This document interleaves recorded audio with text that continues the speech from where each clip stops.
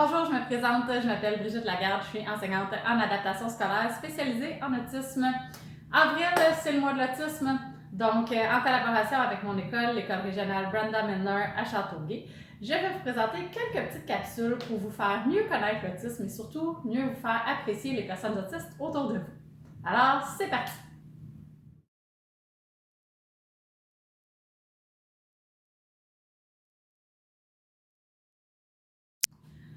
On peut voir la même chose par rapport au toucher. Hein? C'est un peu un classique là, de dire les personnes autistes, ils n'aiment pas ça se faire toucher, ils n'aiment pas ça recevoir des câlins. Bon. Premièrement, c'est pas nécessairement vrai. Hein? Il y a plusieurs personnes autistes qui aiment ça recevoir des câlins ou qui aiment donner de l'affection ou recevoir de l'affection.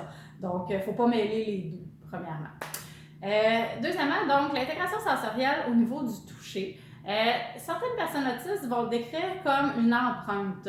Donc, si je viens pour lui dire Hey, good job, mon homme, mais que je ne lui ai pas dit d'avance que j'allais le toucher, il ressent ma main sur son épaule, mais ne l'a pas nécessairement vu. Et donc, quand je m'en vais, lui continue à sentir ma main qui est sur son épaule. Ça peut durer quelques secondes, ça peut durer quelques minutes.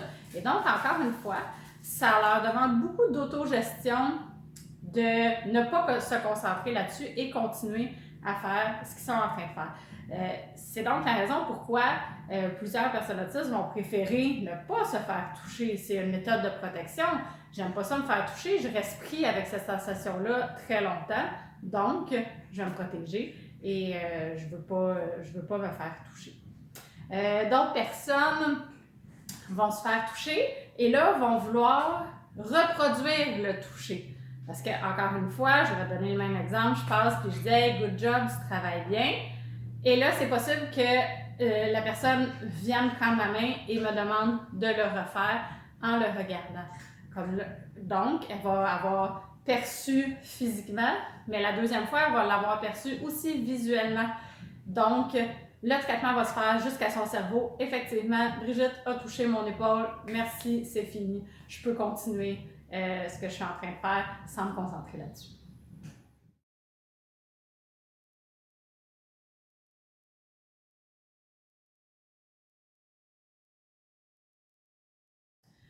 Au niveau du goût, si certains parents m'écoutent ici, il y en a qui vont dire « Ah, mon Dieu, oui, moi, mon enfant autiste, il mange seulement des pâtes blanches, seulement des craquelins, seulement des croquettes de poulet, etc. » Donc, sachez que pour plusieurs personnes, c'est pas des caprices. Encore une fois, c'est de l'intégration sensorielle.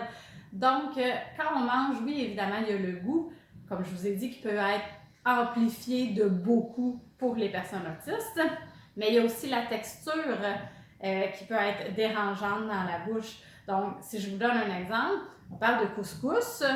Il y a plusieurs personnes, même neurotypiques, qui n'aiment pas nécessairement le couscous parce que c'est comme des petites billes qui roulent dans la bouche, c'est un peu dérangeant.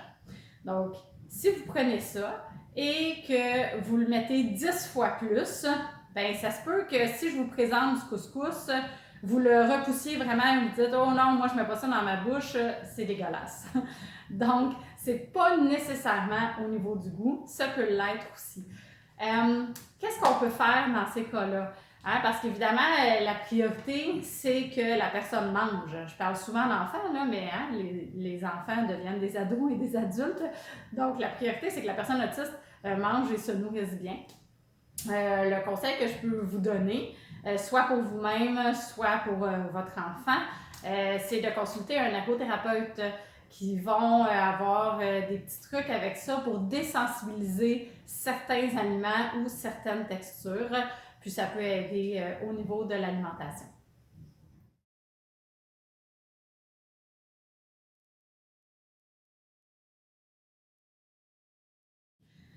Finalement, donc, c'est la même chose au niveau de l'odorat, au niveau de la vue. Hein, l'odorat qui peut être amplifié encore une fois 10 fois ce qu'on sent. Imaginez-vous, quand on passe sur l'autoroute, on sent la moufette. Ah, c'est dégueulasse, on ferme les fenêtres puis on a de la misère à parler de quelque chose d'autre. On fait juste penser à ça. On fait juste dire, ah, ça pue, j'aime pas ça, j'ai hâte que ça finisse. Donc, pour certaines personnes autistes, n'importe quelle odeur que nous, des fois, on ne va même pas percevoir, ça va prendre une intensité primordial dans ce qu'ils sont en train de vivre présentement. Donc, ils vont avoir de la misère à se concentrer sur autre chose. Pour la vue, oui, il y a le soleil. Hein, le soleil, la lumière, c'est pas rare dans les écoles spécialisées, par exemple, qu'on voit au-dessus des néons un petit filet bleu qui atténue la lumière. Ça va aider pour la vue des personnes qui sont hypersensibles. Plusieurs vont sortir dehors avec des lunettes de soleil, même si il ne fait pas soleil, pour atténuer, sinon ça fait mal. C'est simplement trop fort. Pour la vue aussi, l'intégration sensorielle peut être quand les choses bougent vite. Donc, moi, je suis là, je suis en train de travailler, je suis concentrée sur mon travail, mais les gens autour de moi se promènent beaucoup. Ça peut être hyper stimulant pour les yeux visuellement. Et donc, la personne peut se fermer les yeux, peut se cacher parce que c'est trop. Il y a trop de choses qui rentrent en même temps. Donc, si on connaît une personne hypersensible au niveau visuel, c'est important de réduire le plus possible, évidemment, le mouvement autour de lui ou autour d'elle.